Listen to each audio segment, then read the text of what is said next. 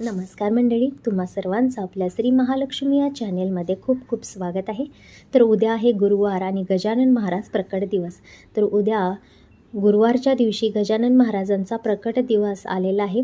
त्यामुळे उद्याचा दिवस खूप शुभ आणि असा योग खूप दुर्मिळ योग म्हणावा लागेल, कारण की गुरुवारी गजानन महाराजांचा प्रकट दिवस आलेला आहे. गुरुवार हा स्वामी भक्तांसाठी खूप विशेष मानला जातो. दत्त सेवा करणाऱ्यांसाठी किंवा गजानन महाराज किंवा आपले साईबाबा यांच्यासाठी गुरुवार खूप शुभ मानला जातो, त्यांची पूजापाठ करण्यासाठी. तर असाच उद्याचा दिवस खूप महत्त्वाचा आहे. तर तुम्ही उद्या स्वामी भक्त असाल, श्री दत्त सेवा करत असाल किंवा साईबाबांची पूजा करत असाल, तर उद्या ज्या पण तुमच्या इष्टदेवतेचं तुम्ही नामस्मरण करता, कारण आपण हमेशा बोलत आलेलो आहोत की आपले स्वामी समर्थ असतील, दत्त महाराज असतील, ते त्यांचाच अवतार आहेत. तर जे कोणी ज्या पद्धतीने ज्यांना मानतो त्यांच्यासाठी उद्याचा दिवस खूप महत्त्वाचा आहे. उद्या तुम्ही नित्यनियमाप्रमाणे देवपूजा करा. उद्या एखादं पारायण करायला विसरू नका. उद्याचा दिवस हा खूप मौल्यवान दिवस म्हणावा लागेल, कारण श्री गजानन महाराज यांचा त्या दिवशी प्रकट झाले होते. त्या दिवशी गजानन विजय ग्रंथाचे पारायण करणं शुभ मानलं जात असतं. तर या विजय ग्रंथाचे पारायण कसं करायचं आहे, काय उद्याच्या पारायणाचं महत्त्व आहे, याची सविस्तर माहिती पुढे आपण पाहणार आहोत. तर महाराष्ट्रात नव्हे तर देश विदेशातील असंख्य भक्तगणांचे श्रद्धास्थान असलेले शेगावचे श्री संत गजानन महाराज यांचा प्रकट दिन माघ वद्य सप्तमीला सर्वत्र अतिशय उत्साहाने साजरा होतो. यंदा 20 फेब्रुवारी 2025 रोजी गजानन महाराज प्रकट दिन आहे. गुरुवारी गजानन महाराजांचा प्रकट दिन येणे शुभ मानले गेलेले असून या दिवशी केलेले श्री गुरूंचे नामस्मरण, आराधना, उपासना, मंत्रांचा जप, विशेष पूजन आपल्याला लाभदायक उद्याच्या दिवशी ठरणार आहे आणि त्याचं पुण्य फलदायी आपल्याला त्याचा लाभ होणार आहे. तर गजानन महाराजांच्या प्रकट दिनाच्या निमित्ताने लाखो भाविक शेगावला जाऊन दर्शन घेत असतात. पण तुम्हाला जर काही कारणास्तव शेगावला जाऊन दर्शन घेणं जमलं नाही, तर तुम्ही घरामध्येच श्री गजानन महाराजांच्या फोटोची पूजा करून त्यांचं एखादं पारायण उद्याच्या दिवशी तुम्ही नक्कीच करू शकता. त्यामुळे तुमची हर एक मनोकामना पूर्ण होत असते आणि तुमचं जीवनामध्ये कोणतीही संकटे असू दे, दुःख असू दे, त्याचं नक्कीच एक निवारण होत असतं. तसेच अनेक भाविक गजानन महाराजांच्या गजानन विजय ग्रंथाचे पारायण करत असतात. ते त्यांना खूप लाभदायक ठरत असतं आणि त्यांची हर एक मनोकामना पूर्ण होत असते. संत श्री दासगणू महाराज विरचित श्री गजानन विजय ग्रंथ हे गजानन महाराजांचे ओवीबद्ध चरित्र अतिशय प्रसिद्ध आणि लोकप्रिय आहे. भक्तगण या ग्रंथांचे नित्यनेमाने पारायण वाचन करत असतात. या ग्रंथातील ओव्यांमध्ये गजानन महाराजांची महती, आध्यात्मिक तत्त्वज्ञान, जीवनाचे सार ओतपोत भरलेले आहे. काही ओव्या खूपच विचार करायला भाग पाडतात आणि जीवनामध्ये आपण कसं राहिलं पाहिजे, कसं वागलं पाहिजे हे सांगत असतात आणि जीवनाचे रहस्य जणू अलगद उघडवून टाकत असतात.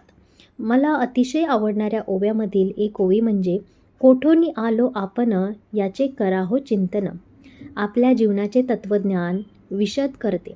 श्री गजानन विजय ग्रंथ पारायण कसे करायचे, किती प्रकारे पारायण आपण करू शकतो हे पुढे जाणून घेऊया.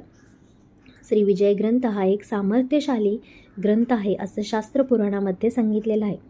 श्री गजानन महाराजांच्या भक्तांच्या जीवनातील कोणतीही समस्या सोडवण्याचे सामर्थ्य श्री गजानन विजय ग्रंथामध्ये आहे.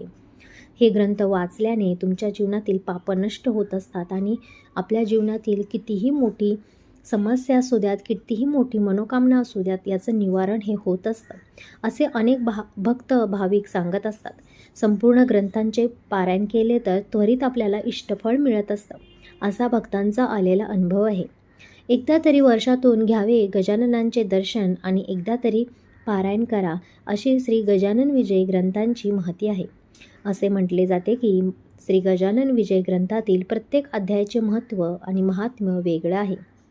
जीवनातील विविध समस्या सोडवण्यासाठी हा ग्रंथ म्हणजे एक रामबाण उपाय मानला गेलेला आहे. एक दिवसीय पारायण म्हणजे एका दिवसात एका बैठकीत आपण 21 अध्यायांचे पारायण हे करू शकतो. एखादा उत्तम दिवस निवडून किंवा एखादा गुरुवार, पुष्यामृत या योगांवरती आपण असे पारायण चालू करू शकतो. एका दिवसात पहाटेपासून रात्री उशिरापर्यंत आपल्याला 21 अध्यायांचे संपूर्ण वाचन आपल्याला करायचं असतं. यामध्ये आपल्याला श्री गजानन महाराजांची पूजापाठ करायची असते, आरती करायची असते, त्यांना नैवेद्य करायचा असतो. 3 दिवसीय पारायण म्हणजेच दररोज 7 अध्याय किंवा 9-7-5 या अध्यायाचे वाचन केल्याने आपल्याला 3 दिवसीय पारायण आपलं पूर्ण होत असतं. आपण हे पारायण घरीसुद्धा करू शकतो. सप्ताह पारायण म्हणजे 7 दिवस 3 अध्याय वाचून हे पारायण पूर्ण केलं जातं. महाराजांच्या प्रकट दिनी सप्ताह पारायण किंवा संजीवन समाधी दिन सप्ताहाच्या निमित्त असे पारायण मंदिरामध्ये किंवा घरामध्ये आपण त्याचं आयोजन करू शकतो. चक्री पारायण किंवा 21 दिवसीय पारायण खूप जास्त भक्तांनी मिळून आणि ठरवून एक अध्याय वाचन करून 21 दिवस चालणारं पारायण म्हणजे 21 दिवसीय पारायण. हे सुद्धा पारायण त्यांच्या प्रकट दिनी किंवा संजीवन समाधीच्या दिवशी त्या निमित्तानं एकत्रित सर्व लोकांनी येऊन केलेलं असतं. यात भाग घेणाऱ्या भक्तांची संख्या कितीही असू शकते. त्यामुळे जेव्हा एकत्र येऊन भक्तजन असे सामूहिक पारायण घेतात तेव्हा त्याची शक्ती, सामर्थ्य, अगणित गुणा वाढत असते आणि त्याचं फळ आपल्याला कोट्यामध्ये भेटत असतं. एकापेक्षा जास्त भक्तांनी एकाच दिवशी, एकाच ठिकाणी, एकाच वेळी पारायणाची सुरुवात करून आपल्याला गतीचे ग्रंथ वाचन करून पारायण करणे, येथे प्रत्येकाने संपूर्ण ग्रंथ 21 अध्याय वाचन करणे अपेक्षित आहे. प्रत्येकाच्या वाचन गतीनुसार वेगवेगळ्या वेळी पारायणाची सांगता होऊ शकते. त्यानंतर गुरुवारचे पारायण, कीर्तन पारायण असे अनेक पारायण आपण केले जातात. जशी तुमची भक्ती आहे, श्रद्धा आहे त्यानुसार तुम्ही पारायण करू शकता. पण हे पारायण खूप लाभदायक आहे, हे नक्की तुम्ही करा.